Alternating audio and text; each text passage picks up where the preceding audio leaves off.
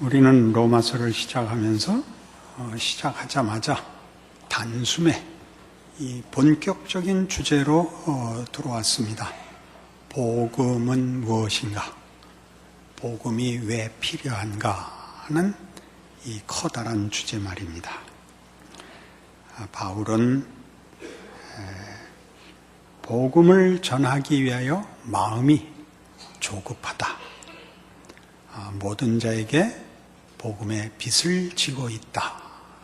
할 수만 있으면 단숨에라도 너희에게 달려가기를 원한다. 이렇게 시작을 하고 있습니다.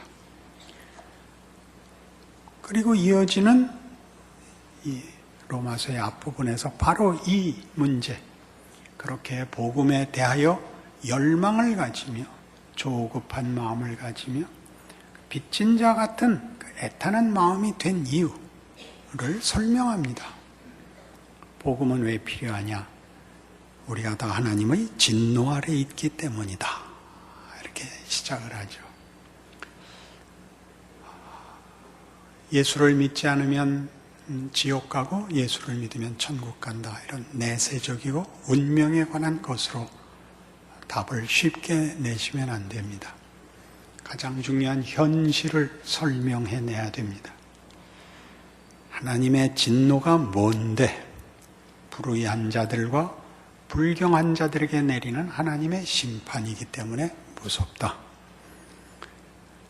다른 어떤 기준도 아니고 하나님과의 관계를 기준하여 하나님이 심판하시고 혹은 복 주신다.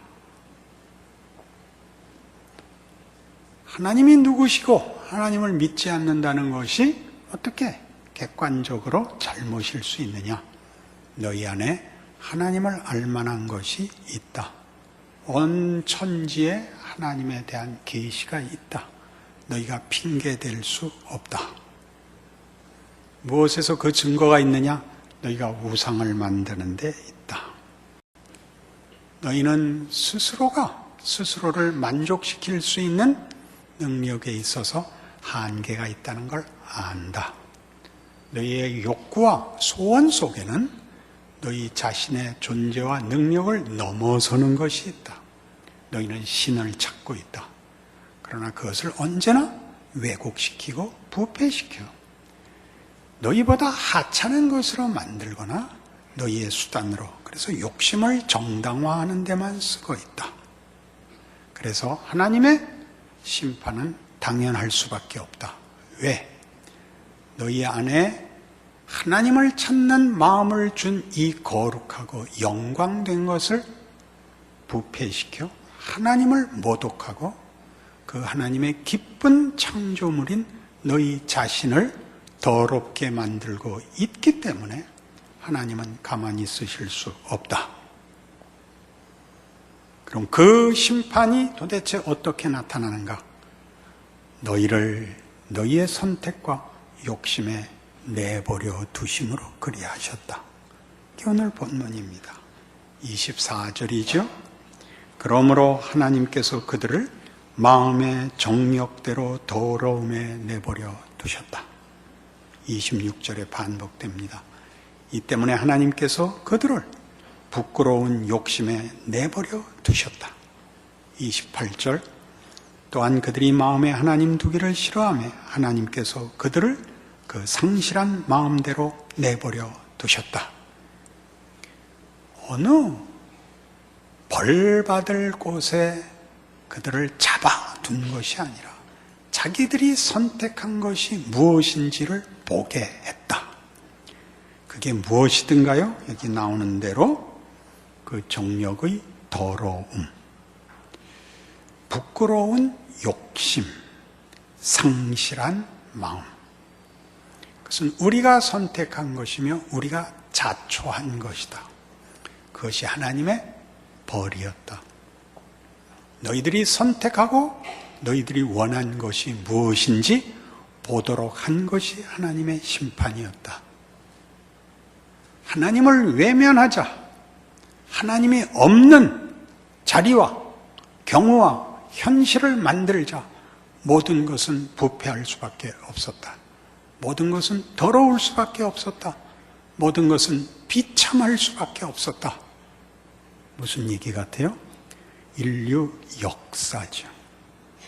인류 역사고 현실입니다. 아무도 부인할 수 없는 현실입니다. 가끔 사람들은 순진한 변명을 합니다. 원래 인류 역사에서 그 문학의 가장 중요한 서사 중에 하나가 이것이랍니다.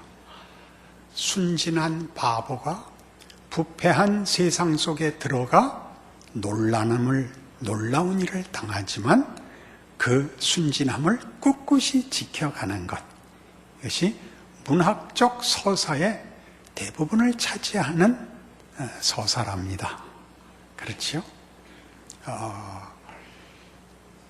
그러나 본인이 의도하지 않았다든가 악의를 갖지 않았다든가 몰랐다든가 하는 것은 지금 로마서가 증언하려는 이 말에 다 튕겨져 나가버립니다. 그래도 현실이다. 모르고 밟았습니다. 모르고 먹었습니다.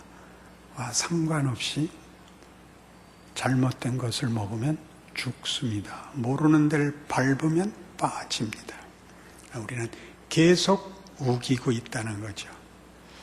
이런 반론을 핀 사람들 잘 아시죠? 세상이 어쩜 이렇게 참혹한가? 하나님이 지으셨는데 왜 이 모양인가? 하나님은 뭐 하고 있는가? 네가 원한 것이다. 너희가 나를 외면하여 자초한 것이다. 하나님의 심판의 현장입니다. 여러분들이 여기 나열된 것들은 여러분들이 좋아하건 싫어하건 상관없이 그것이 도덕적으로 어떻고 저렇다고 비판할 필요 없이 참혹한 현실입니다. 부인할 수 없는 현실입니다. 여러분 저녁 뉴스 때마다 만나는 것들입니다. 우리가 자초한 것입니다. 기독교가 너무 몬다 그런 생각이 드십니까? 아니 하나님 얘기할 것 없고 복음 얘기할 것 없이 성경이 들이대는 현실에 대한 증거보다 더 분명한 증거가 또 있나요?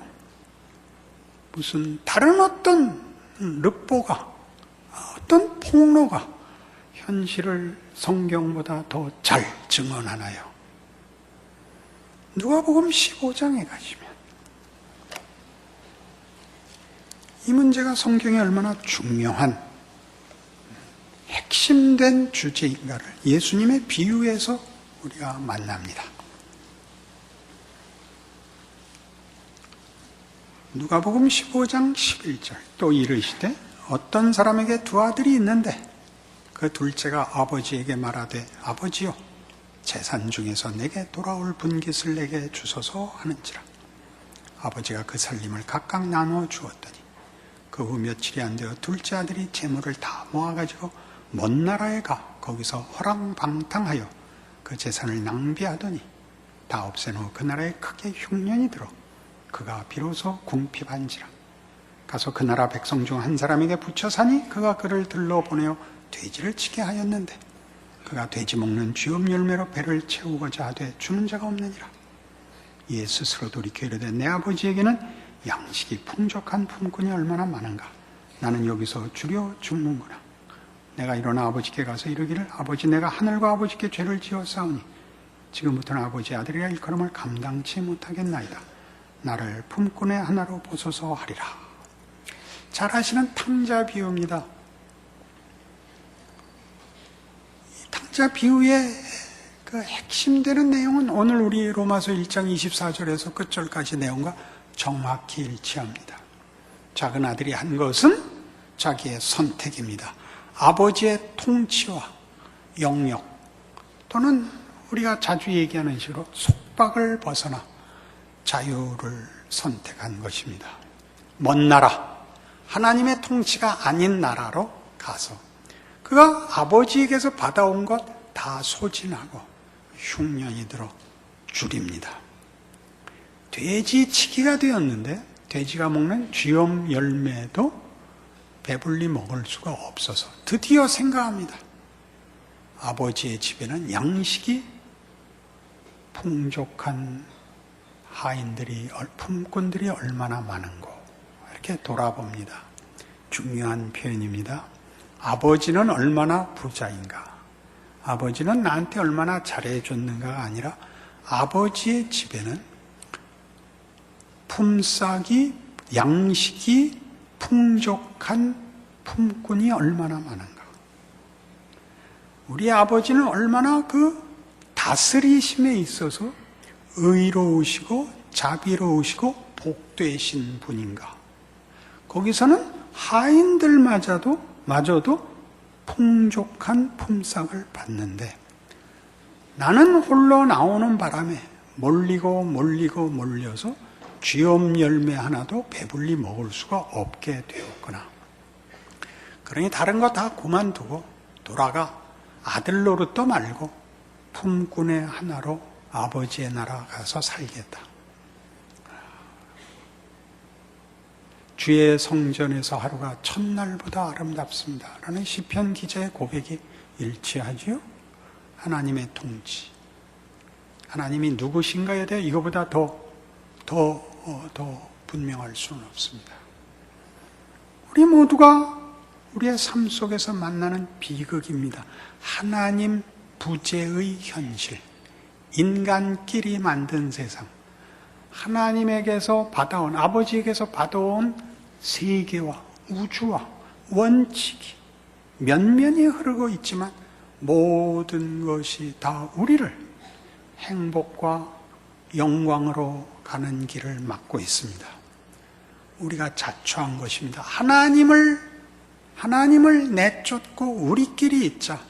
그 거대한 유산이, 그 하나님의 축복과 영광의 존재가 그 목적을, 내용을, 현실을 아무것도 남겨놓지 못한 채 부끄러움과 더러움으로 부패시킵니다. 멸망밖에 남는 것이 없게 됩니다. 그게 이 탕자의 비유에서 중요한 것입니다. 돌아가자 이렇게 되죠. 32절에 가면 이 내 동생은 죽었다가 살아났으며 내가 잃었다가 얻었기로 우리가 즐거워하고 기뻐하는 것이 마땅하다. 이렇게 끝납니다. 이 주제는 누가복음 15장에 나오는 세 가지 비유에 공통된 것입니다. 첫 번째는 그 잃어버린 양 한 마리 찾는 이야기입니다. 그 중에 하나를 잃어서 99마리를 들에 둔 채 그 하나를 찾아 나서고 5절 또 찾아낸 즉 즐거워 어깨에 메고 집에 와서 그 벗과 이웃을 불러 모으고 말하되 나와 함께 즐기자. 나의 잃은 양을 찾아내었노라 하리라. 내가 너희에게 이르노니 이와 같이 죄인 한 사람이 회개하면 하늘에서는 회개할 것 없는 의인 99으로 말미암아 기뻐하는 것보다 더하리라. 하나를 찾는 기쁨. 두 번째는 드라크마입니다. 잃어버린 하나를 찾은 기쁨. 9절 보시면 또 찾아낸 즉 벗과 이웃을 불러 모으고 말하되 나와 함께 즐기자. 잃은 드라크마를 찾아내었노라 하리라. 내가 너에게 이르노니 이와 같이 죄인 한 사람이 회개하면 하나님의 사자들 앞에서 기쁨이 되니라. 찾는 기쁨.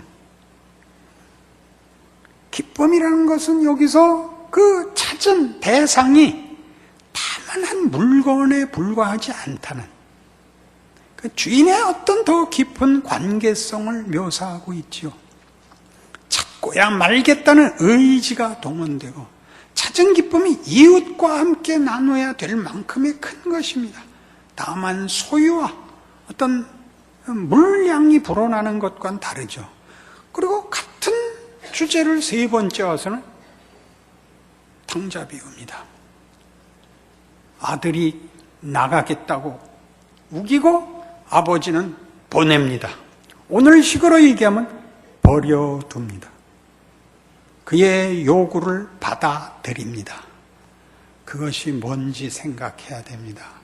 하나님은 왜 그걸 받아주셨을까? 그건 무시무시하기 어려운 문제입니다. 우리 생각엔 붙들어 매뒀으면 제일 좋겠습니다. 그럼 아마 평생 찌푸리고 살았을까요? 그죠? 하여튼 하나님은 놓아두셨습니다. 절대 놓치지 않을 분이. 앞에 두 개는 분명히 잃어버린 것이었습니다. 세 번째는 자기가 나가는 것을 허락합니다. 우리는 이 문제를 더 다룰 것입니다. 로마서에서 더 다룰 것입니다. 중요한 내용은 여기 있습니다. 우리에게 그 선택권을 줬고 그 선택이 무엇인가를 우리에게 알도록 긴 시간을 주었습니다. 긴 시간. 왜 세상이 이 꼴이냐? 하나님 뭐 하시냐? 이 전쟁의 비극을 보시라. 그런데 하나님이 그렇게 하신 것이 아니다 이거죠. 우리가 자초한 것입니다. 그는 누구에게도 핑계댈 수 없는 우리가 한 일들입니다. 마이클 호튼의 글에 이 문제에 대한 아주 좋은 글이 있어서 인용합니다. 성경은 복음이 바로 실패한 이들에게 좋은 소식이라는 것이며 우리 자신이 기준이 아닌 하나님의 관점에서 현실을 볼 때 우리 모두가 실패자들이라는 것이다. 영광, 권능, 위로, 건강, 그리고 부를 향한 요구는 이에 대한 갈망과 환멸이라는 악순환을 만들어낸다. 그런 환경 속에서 너무 약해져 버린 영혼들은 위기를 만나게 되면 적절히 반응할 만한 힘을 가질 수 없다. 우리는 세상이 제공해주는 해결을 갈망하는 욕구의 노예가 되어버린다. 천박한 희망의 희생자가 되어버리는 것이다. 세상은 우리를 행복하게 해줄 무엇을 항상 약속하고 여기에 너무 쉽게 설득되는 우리는 또한 아주 쉽게 실망하게 된다. 우리 모두가 실패자이죠. 서두에 얘기한 것처럼 순진해서 그랬다는 것이 핑계가 안 된다는 거예요. 안 된다고요. 순진하게 공 따라 들어가다 지뢰 밟아서 다리가 잘라졌다니까요. 어떻게 그런 무서운 얘기를, 현실이 무섭기 때문에 해야죠. 하나님을 외면한 것이 무엇인가를 똑바로 보셔야죠. 그걸 보지 않고는 돌아갈 수도 없습니다. 내 아버지 집에는 양식이 풍족한 품꾼이 얼마나 많은지 그걸 깨달으라고 그럼 거기 넘겼단 말입니까? 넘기지 않았습니다. 우리가 졸랐지요. 그걸 없앴으면 얼마나 좋을까요? 그러면 무슨 돌이 됐겠죠. 우리는 그 부분에 대해서 잘 모릅니다. 우리의 영혼의 갈증이 하나님 이외의 그 어느 것으로도 만족되지 않는다는 것을 합니다. 어거스틴의 얘기와 같이 하나님을 만나기까지 우리의 영혼의 평안은 없습니다. 대강 타협하고 살 수는 없습니까? 하나님은 그렇게 아니하시겠답니다. 이 문제에 대해 우리는 끊임없는 불평이 있습니다. 이 현실에 대한 비아냥, 핑계, 외면, 체념, 그리고 저항이 있습니다. 문학에는 이 문제가 아주 커다란 주제가 돼서 서구 문학에서는 이 주제, 운명을 어떻게 받아들일 것이냐에 대한 인간의 반항이 아주 중요한 주제로 면면이 이어오고 있습니다. 영문학자인 토마스 포스터라는 사람이 헐만 멜빌의 모비딕을 평하면서 이런 말을 써서 저한테 어떤 영감을 줬습니다. 이 책은 다른 모든 책과 다르다. 이렇게 시작할 수 있는 사람은 없다. 그 첫 세 마디를 보라. 그게 뭐냐면요, Call me 이슈마엘, 나를 이스마엘이라 불러다오, 이렇게 시작합니다. 그 사람이 거기서 화자입니다. 그 모비딕이라는 전체 소설에서 그 소설의 화자입니다. 그는 이스마엘입니다. 서구는 당연히 그랬듯이 오늘날 우리 기독교인들도 알다시피 이스마엘은 서자입니다. 화자가 서자로 시작되는 것으로부터 벌써 뭘 짐작할 수 있습니까? 항복할 수 없다 이거지, 억울하다 이거지, 삐졌다 이거지. 이게 금방 다가오지 않습니까? 이삭이 아니니까요. 이스마엘이니까. 벌써 시작부터 이런 어긋난 시선과 저항을 가지고 시작하는 것입니다. 위대한 작품입니다. 왜 위대하냐면 사람이 거기까지 신과 맞서서 고집을 부리는 데까지 갈 수 있다는 게 위대합니다. 얼마나 우리가 큰 존재인지 모르겠습니다. 우리는 다만 분노하고 거절하는 데서도 그렇게 큰데 하나님의 은혜와 목적에 순종하여 크면 얼마나 클 수 있을까 해선 기절해버렸습니다. 제가. 콜미 이슈마일에서는 그 말을 알아먹었는데, 그래서 상대적으로 내 아버지 집에는 양식이 풍족한 품꾼이 얼마나 많은 거에서는 기절을 해서 깨어났더니 주일이 되었습니다. 그게 로마서가 하고 싶은 이야기인 것입니다. 히브리서 12장에 가시면 3절부터 보죠. 너희가 피곤하여 낙심하지 않기 위하여 죄인들이 이같이 자기에게 거역한 일을 참으신 일을 생각하라. 너희가 죄와 싸우되 아직 피 흘리기까지는 대항하지 아니하고 또 아들들에게 권하는 것 같이 너희에게 권면하신 말씀도 잊었도다. 일러스되 내 아들아 주의 징계하심을 경히 여기지 말며 그에게 꾸지람을 받을 때에 낙심하지 말라. 주께서 그 사랑하시는 자를 징계하시고 그가 받아들이시는 아들마다 채찍질 하심이라 하였으니 너희가 참음은 징계를 받기 위함이라. 하나님이 아들과 같이 너희를 대우하시나니 어찌 아버지가 징계하지 않는 아들이 있으리요. 징계는 다 받는 것이거늘 너희에게 없으면 사생자요 친아들이 아니니라. 이스마엘은 시비 걸 수 있습니다. 우리는 이삭입니다. 하나님이 자기 아들로 기르는 자들에게 구약식으로 얘기하면 율법을 행사하시는 것입니다. 거짓말하지 마라. 우상을 섬기지 마라. 우리 식으로 할까요?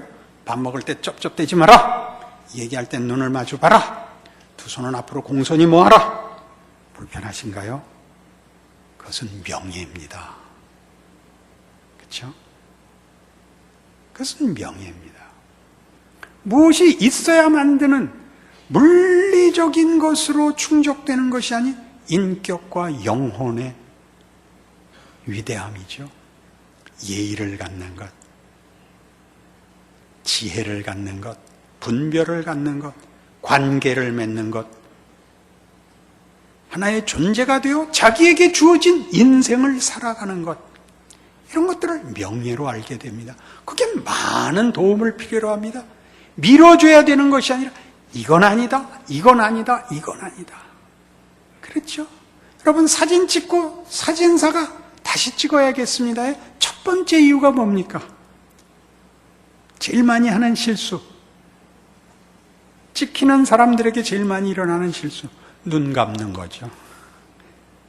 눈 똑바로 뜨세요. 자, 하나 둘 셋 할 겁니다. 하나 둘 하고 확 찍어야죠. 셋 하면 꼭 감으니까. 이게 율법입니다.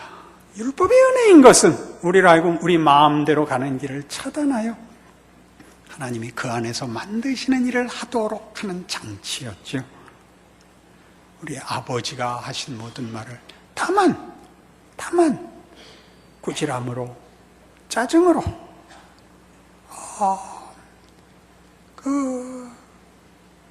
어떤 벌로 이해하는 것은 우리 인생들이 아버지 노릇, 어머니 노릇, 자식 노릇 하는데 우리가 다 우리가 제멋대로였기 때문에 생긴 부작용입니다.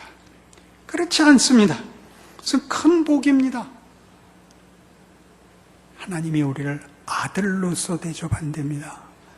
이 탕자의 비유에 그 아버지의 전 재산을 말아먹고 들어왔는데, 자, 소를 잡아라, 모두를 불러라, 잔치를 하자. 그래서 그 큰아들의 역할이 그겁니다. 아니, 창기와 함께 온 재산을 말아먹은 놈을 얘야 무슨 말이냐? 아들이 돌아오지 않았느냐? 이 말을 들으시 상기하십시오. 여러분의 이 비참한 현실, 왜 이렇게 됐느냐? 우리는 왜 여기까지 왔을까? 돌아갈 수 있을까? 민망과 절망이 가슴속에 가득 찼을 때 무슨 말이냐? 너는 내 아들이 아니냐? 이 말을 기억하십시오. 이 모든 걸 모아서 에베소서 4장에서는 이렇게 멋지게 요약했습니다. 참으로 멋진 성경이라고 생각합니다. 313페이지 에베소 4장 17절 이하에 오늘 우리가 다룬 내용이 이렇게 간략히 되어 있어서 이것만 읽고는 알 수 없으나 오늘 이렇게 로마서를 이해하고 보면 이 말이 얼마나 멋지게 요약됐는지 여러분 이해하게 되실 것입니다. 에베소서 4장 17절입니다. 그러므로 내가 이것을 말하며 주 안에서 증언하노니 이제부터 너희는 이방인이 그 마음에 허망한 것으로 행함같이 행하지 말라. 그들의 총명이 어두워지고 그들 가운데 있는 무지함과 그들의 마음이 굳어짐으로 말미암아 하나님의 생명에서 떠나 있도다. 그들이 감각 없는 자가 되어 자신을 방탕에 방임하여 모든 더러운 것을 욕심으로 행한다. 그럽니다. 사실이고 우리가 몸담고 있는 외면할 수도 도망갈 수도 없는 현실입니다. 그렇죠? 이제 반전이 나옵니다. 오직 너희는 그리스도를 그같이 배우지 아니하였느니라. 예수를 믿으면 천국 간다 이렇게 밀어놓지 마시고 지금 당장 이 앞에 나왔던 이 허망함과 방탕함과 방임과 더러움 속에서 예수 그리스도로 말미암아 새 세상을 살죠. 새 사람으로 살죠. 지금 당장 예수 그리스도 안에 있는 것 같이 진리가 예수 안에 있는 것 같이 너희가 참으로 그에게서 듣고 또한 그 안에서 가르침을 받았을진데 너희는 유혹의 욕심을 따라 썩어져가는 구습을 따르는 옛사람을 벗어버리고 오직 너희의 심령이 새롭게 되어 하나님을 따라 의와 진리의 거룩함으로 지으심을 받은 새 사람을 입으라. 지금 할 수 있는 겁니다. 지금 하나님을 외면하여 이루어진 세상의 비참함과 더러움을 보신 것처럼 그것이 사실인 것처럼 현실인 것처럼 예수께서 오셔서 바꿔놓은 세상, 복음으로 인하여 새로 열린 세상, 새로 시작할 수 있고 부름받은 우리의 신자된 진실, 지금 당장 예수 안에서 이 모든 것으로부터 돌아서 하나님의 자녀로 명예롭게 살 수 있습니다. 25절 이하가 이렇게 구체적으로 얘기하죠. 그런즉 거짓을 버리고 각각 그 이웃과 더불어 참된 것을 말하라. 이는 우리가 서로 지체가 됨이라. 분을 내어도 죄를 짓지 말며 해가 지도록 분을 품지 말고 마귀에게 틈을 주지 말라. 도둑질하는 자는 다시 도둑질하지 말고 돌이켜 가난한 자에게 구제할 수 있도록 자기 손으로 수고하여 선한 일을 하라. 무릇 더러운 말은 너희 입 밖에도 내지 말고 오직 덕을 세우는 데 소용되는 대로 선한 말을 하여 듣는 자들에게 은혜를 끼치게 하라.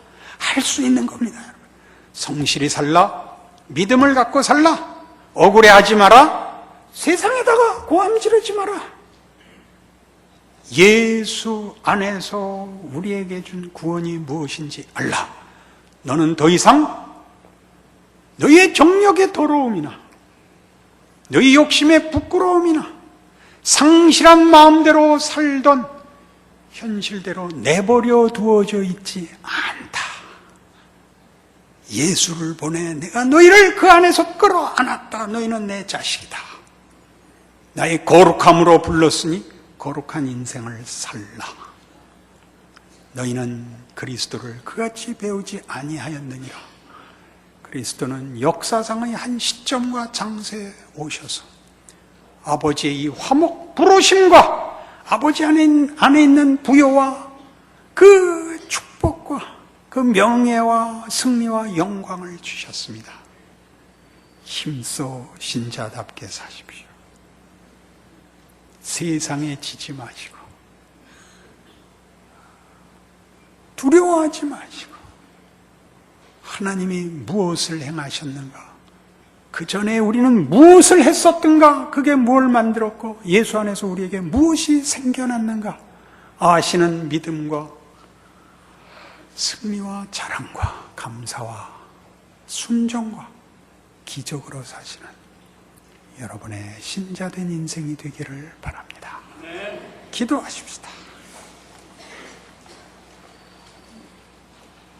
하나님 아버지, 하나님 없는 세상과 현실의 끔찍함을 우리 다 알고 있습니다.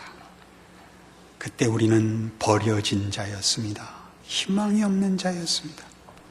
오직 더러움과 수치와 그리고 절망밖에 없었습니다.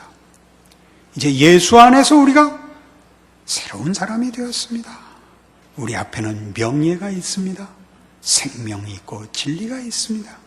거기는 축복이 있고, 거기는 나눔이 있고 용서가 있고, 거기는 따뜻함과 서로 바라보는 사랑이 있습니다. 그 인생 살게 하옵소서. 세상의 도전과 시험 앞에 지지 말게 하옵소서. 우리가 살고 믿고 만들고 순종하고 누리고 만들어 나가는 일들이 하나님의 기적인 줄 우리와 세상으로 알게 하옵소서. 예수님 이름으로 기도합니다.